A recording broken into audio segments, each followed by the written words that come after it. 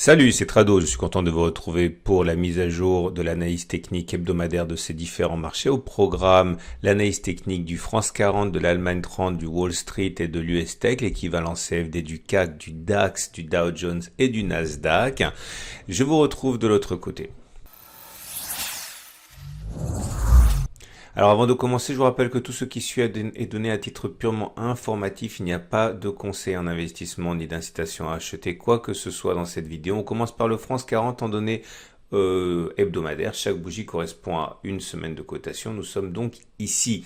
Il n'y a pas d'illusion à nourrir pour l'instant. La tendance est toujours baissière. Vous le voyez, nous sommes en dessous de la moyenne mobile à 20 semaines qui descend, en dessous de la moyenne mobile à 50 semaines qui descend et en butée contre une zone de résistance, les 4483, 4637 zones de résistance, car ce fut un support qui a été cassé, qui a donc changé de polarité et ça se manifeste par des échecs consécutifs depuis 6 semaines. L'impossibilité pour l'instant de passer cette zone de résistance incite à conserver de la prudence. Nous sommes toujours en tendance baissière. Si on regarde les éléments techniques du côté de l'Allemagne 30, on arrive aux conclusions qui sont vraiment similaires. Certes, le rebond a été plus massif sur l'Allemagne 30, mais là aussi, la tendance est baissière puisque nous sommes en dessous de la moyenne mobile à 20 semaines qui descend, en dessous de la moyenne mobile à 50 semaines qui descend, et en opposition, nous avons cette zone des 11 259, 11 560 zones de résistance pour les raisons équivalentes à celles que l'on a mentionnées pour le France 40. C'était une zone de support qui a été cassée, qui a donc changé de polarité et qui est devenue résistante. Ça se voit particulièrement bien sur cette bougie ici. On remarquera quand même que la bougie hebdomadaire est plutôt positive, puisqu'elle termine dans le tiers haussier. Néanmoins, tout ceci est à relativiser lorsqu'on est en butée contre une résistance. On passe à Wall Street, l'équivalent CFD du Dow Jones, avec un constat toujours équivalent qui s'impose. La tendance, elle est baissière.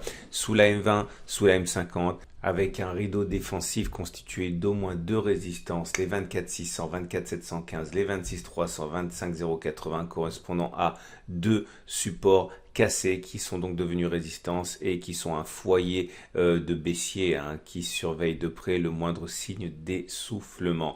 On termine avec l'équivalent du Nasdaq, l'US Tech 100, et là par contre c'est une toute autre musique. La tendance elle est haussière.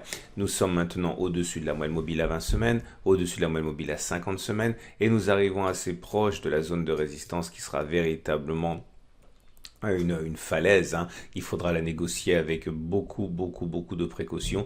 9618, 9750, c'est la zone à l'origine du reflux massif auquel on a assisté, avec, il est vrai évidemment, à l'origine véritable la pandémie du Covid-19, mais le marché a de la mémoire. Il faut se méfier de ces 9618, 9750, c'est la véritable difficulté pour l'US Tech 100.